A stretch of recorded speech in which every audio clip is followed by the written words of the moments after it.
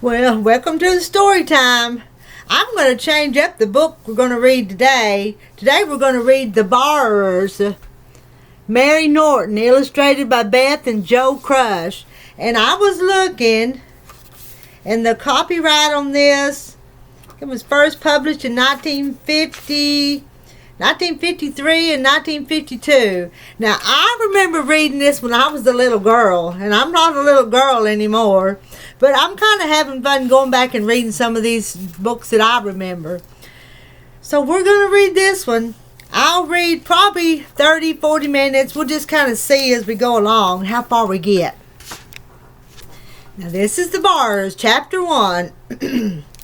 It was Mrs. May who first told me about them. No, not me. How could it have been me, a wild, untidy, self-willed little girl who stared with angry eyes and was said to crunch her teeth? Kate, she should have been called. Yes, that was it. It was Kate.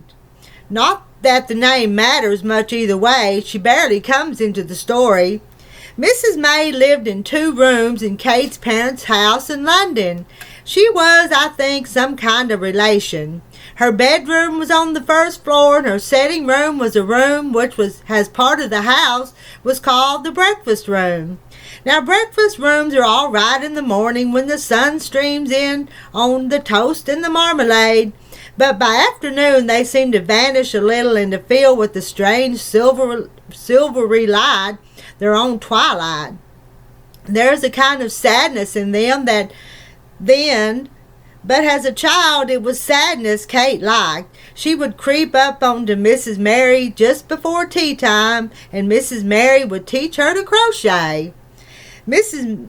May was old. Her joints were stiff, and she was not strict exactly, but she had that inner certainty which does instead. Kate was never wild with Mrs. May, nor untidy, nor self-willed, and Mrs. May taught her many things besides crochet. How to wind wool onto an egg-shaped ball, how to run and fell and plan a darn, how to tidy a drawer and to lay like a blessing above the contents a sheet of rustling tissue against the wind. Where's your work, child? Asked Mrs. May one day, when Kate sat hunched and silent upon the hassock. You mustn't sit there dreaming. Have you lost your tongue? No, said Kate, pulling at her shoe button. I've lost the crochet hook. They were making a bed quilt in woolen squares. There were 30 still to do. I know where I put it, she went on hastily. I put it on the bottom shelf of the bookcase just beside my bed. On the bottom shelf, repeated Mrs. May, her own needle flicking steadily in the firelight. Near the floor? Yes, said Kate, but I looked on the floor, under the rug, everywhere. The wool was still there, though, just where I'd left it. Oh, dear, exclaimed Mrs. May lightly. Don't say they're in this house, too. That what are? Asked Kate. The borrowers, said Mrs. May, and in the half-light she seemed to smile. Kate stared a little fearfully. Are there such things? She asked after a moment. Has what? Has other people living in a house who borrow things. Mrs. May laid down her work. What do you think? She asked. I don't know, Kate said, pulling hard at her shoe button. There can't be, and yet, she raised her head, and yet sometimes I think there must be. Why do you think there must be? Asked Mrs. May. Because of all the things that disappear. Safety pins, for instance. Factories go on making safety pins, and every day people go on buying safety pins, and yet, somehow, there never is a safety pin just when you want one. Where are they all? Now at this minute, where do they go to? Take needles, she went on. All the needles my mother ever bought. There must be hundreds. Can't just be lying about this house. Nothing lying about the house. No, agreed Mrs. May. And all the other things we keep on buying again and again and again. Like pencils and matchboxes and sealing wax and hairpins and drawing pins and thimbles. And hat pins, put in Mrs. May, and blotting paper. Yes, blotting paper, agreed Kate, but not hat pins. That's where you're wrong, said Mrs. May, and she picked up her work again. There was a reason for hat pins. Kate stared. A reason? She repeated. I mean, what kind of reason? Well, there were two reasons, really. A hat pin is a very useful weapon, and Mrs. May laughed suddenly, but it all sounded such nonsense, and she hesitated. It was so very long ago. But tell me, said Kate, tell me how you know about the hat pin. Did you ever see one? Mrs. May threw her a startled glance. Well, yes, she began. Not a hat pin, exclaimed Kate impatiently. Whatever you call them, a borrower. Mrs. May drew in a sharp breath. No, she said quickly, I never saw one. But someone else saw one, cried Kate, and you know about it. I can see you do.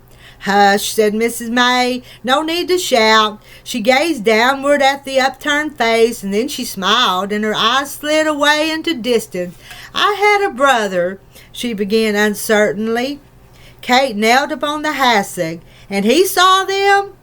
I don't know, said Mrs. May, shaking her head. I just don't know. She smoothed out her work upon her knee. He was such a tease. He told us so many things. My sister and me, impossible things. He was killed, she added gently, many years ago now, on the northwest frontier. He became colonel of his regiment. He died what they call a hero's death. Was he your only brother? Yes, and he was our little brother. I think that was why, she thought for a moment, still smiling to herself. Yes, why he told us such impossible stories, such strange imaginings. He was jealous, I think, because we were older and because we could read better. He wanted to impress us. He wanted perhaps to shock us. And yet, she looked into the fire. There was something about him, perhaps because we were brought up in India among mystery and magic and legend, something that made us think that he saw things that other people could not see. Sometimes we'd know he was teasing, but at other times, well, we were not so sure. She leaned forward and in her tidy way brushed a fan of loose ashes under the grate. Then, brush in hand, she stared again at the fire. He wasn't a very strong little boy. The first time he came home from India, he got rheumatic fever. He missed a whole term at school and was sent away to the country to get over it, to the house of a great aunt. Later I went there myself. It was a strange old house. She hung up the brush on its brass hook, and dusting her hands on her handkerchief, she picked up her work. Better light the lamp, she said. Not yet, begged Kate, leaning forward. Please go on. Please tell me. But I've told you. No, you haven't. This old house, wasn't that where he saw? Mrs. Mary laughed. Where he saw the borrowers? Yes, that's what he told us. What he'd have us believe. And what's more, it seems that he didn't just see them, but that he got to know them very well, that he became part of their lives. As it were, in fact, you might almost say that he became a borrower himself. Oh, do tell me, please. Try to remember right from the very beginning. But I do remember, said Mrs. Mary. Oddly enough, I remember it better than many real things which have happened. Perhaps it was a real thing. I just don't know. You see, on the way back to India, my brother and I had to share a cabin. My sister used to sleep with our governess, and on those very hot nights, often we couldn't sleep. And my brother would talk for hours and hours, going over old ground, repeating conversations, telling me details again and again, wondering how they were and what they were doing, and who were they exactly? Homily, Pod, and little Arietta. Pod? Yes, even their names were never quite right. They imagined they had their own names, quite different from human names, but with half an ear you could tell they were borrowed. Even Uncle Hendreary and Eagletina's, everything they had was borrowed. They had nothing of their own at all. Nothing. In spite of this, my brother said they were touchy and conceited and thought they owned the world. How do you mean? They thought human beings were just invented to do the dirty work. Great slaves put there for them to use.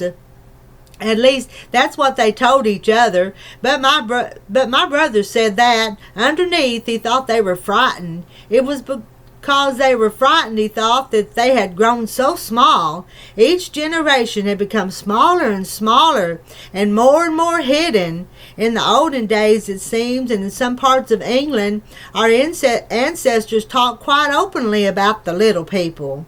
Yes, said Kate, I know. Nowadays, I suppose, Mrs. May went on slowly, if they exist at all, you would only find them in houses which are quite old and quiet and deep in the country, and where the human beings live to a routine. Routine is their safeguard. They must know which rooms are to be used and when. They do not stay long where there are careless people or unruly children or certain household pets. This particular old house, of course, was idea, although as far as some of them were concerned, a trifle cold and empty. Great Aunt Sophie was bedridden through a hunting accident some 20 years before, and as for other human beings there was only Mrs. Driver the cook, Camp Furl the gardener, and at rare intervals an odd housemaid or such. My brother, too, when he was there after rheumatic fever, had to spend long hours in bed, and for those first weeks it seems the borrowers did not know of his existence. He slept in the old night nursery beyond the schoolroom. Let me show you the sketch. Then we'll finish reading the page. The schoolroom at that time was sheeted and shrouded and filled with junk. Odd trunks, a broken sewing machine, a desk, a dressmaker's dummy, a table, some chairs, and a disused panola as the children who had used it.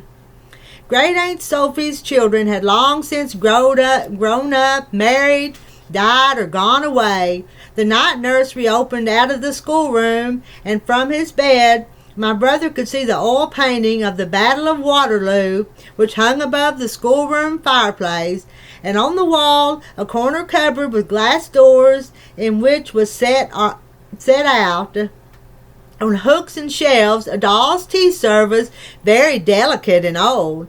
At night, if the schoolroom door was open, he had a view down the lighted passage which led to the head of the stairs, and it would comfort him to see each evening at dusk Mrs. Driver appear at the head of the stairs and cross the passage carrying a tray for Aunt Sophie, with Bath Oliver biscuits and tall cut glass decanter of fine old pale Madeira. On her way out, Mrs. Driver would pause and lower the gas jet in the passage to a dim blue flame, and then he would watch her as she stumped away downstairs, sinking slowly out of sight between the banisters. Under this passage he would hear it strike the hours. It was a grandfather clock, and very old. Mr. Frith of Leighton Buzzard came each month to wind it, as his father had come before him, and his great-uncle before that. For 80 years, they said, and to Mr. Frith's uncertain knowledge, it had not stopped, and as far as anyone could tell, for as many years before that, the great thing was that it must never be moved. It stood against the wainscot, and the stone flags around it had been washed so often that a little platform, my brother said, rose up inside. And under this clock, below the wainscot, there was a hole. All right, let's read one more chapter. Let's go on to chapter 2, because I want to see why the hole's there, don't you? Chapter 2. It was Pod's hole, the keep of the fortress, the entrance to his home. Not that his home was anywhere near the clock, far from it, as you might say. There were yards of dark and dusty passageway with wooden doors between the joists and metal grates against the mice. Pod used all kinds of things for these gates.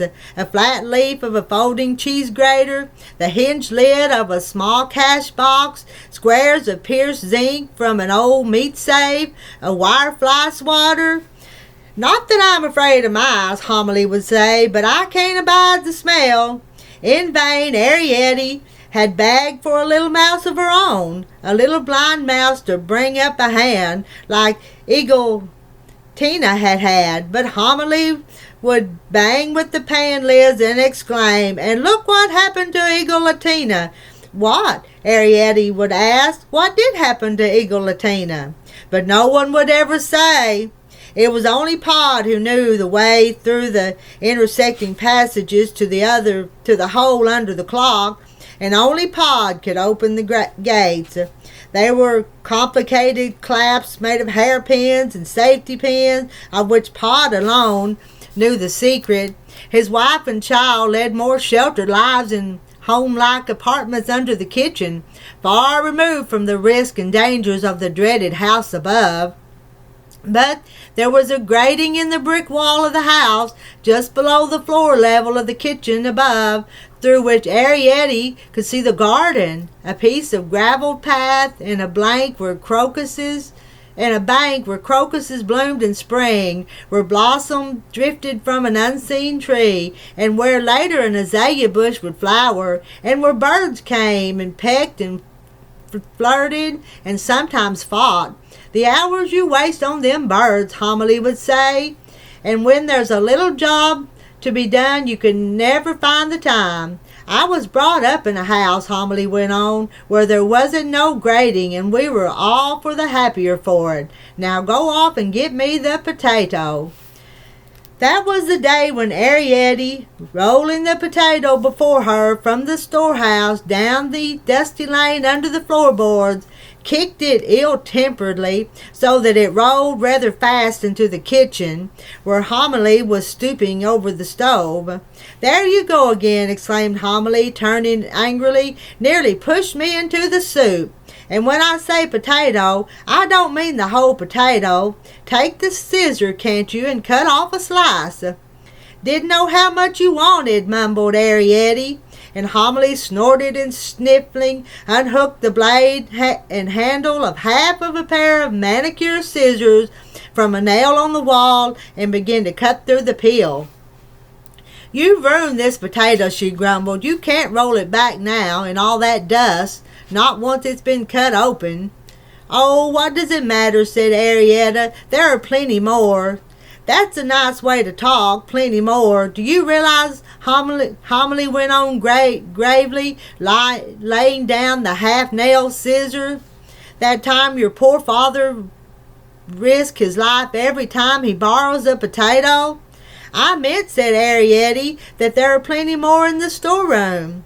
"Well, out of my way now," said Homily, bustling around again. "Whatever you meant, and let me get the supper." Ariette wandered through the open door into the setting room. Ah, the fire had been lighted, and the room looked bright and cozy. Homily was proud of her setting room. The walls had been papered with scraps of old letters out of waste paper baskets, and Homily had arranged the handwriting sideways in vertical stripes which ran across the floor to the ceiling. On the walls, repeated in various colors, hung several portraits of Queen Victoria as a little girl. These were postage stamps, borrowed by Pod some years ago from the stamp box on the desk in the morning room.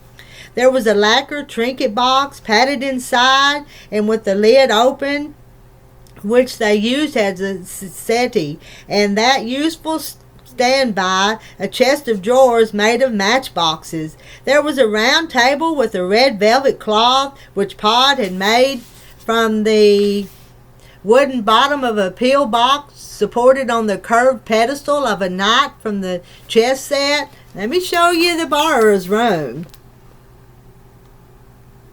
Look closely at all the little things they've used to make their room.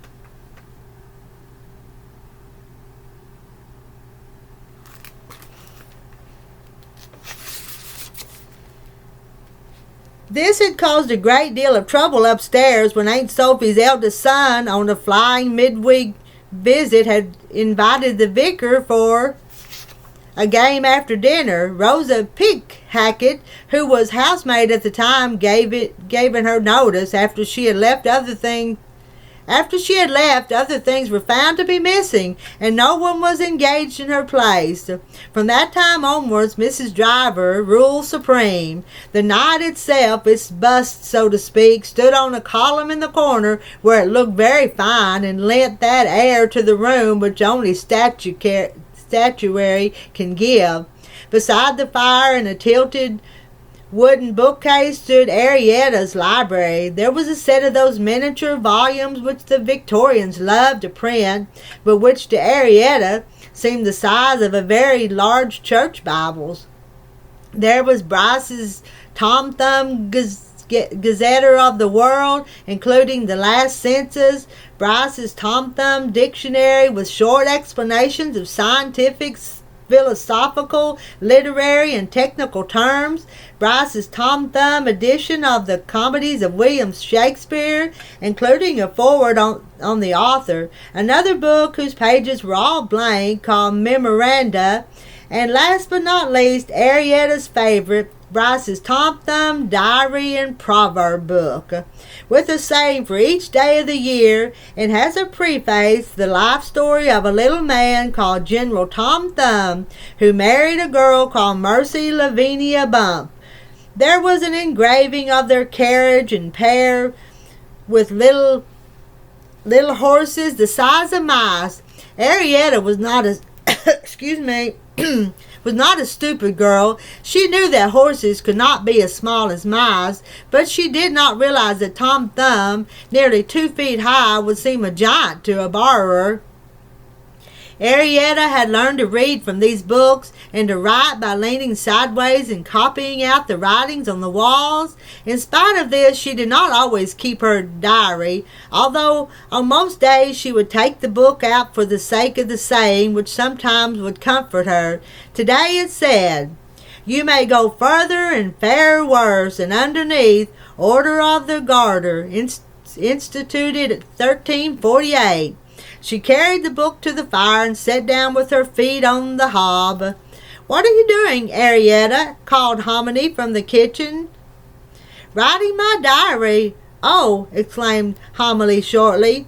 "What did you say?" asked Arietta. She felt quite safe. Homily liked her to write.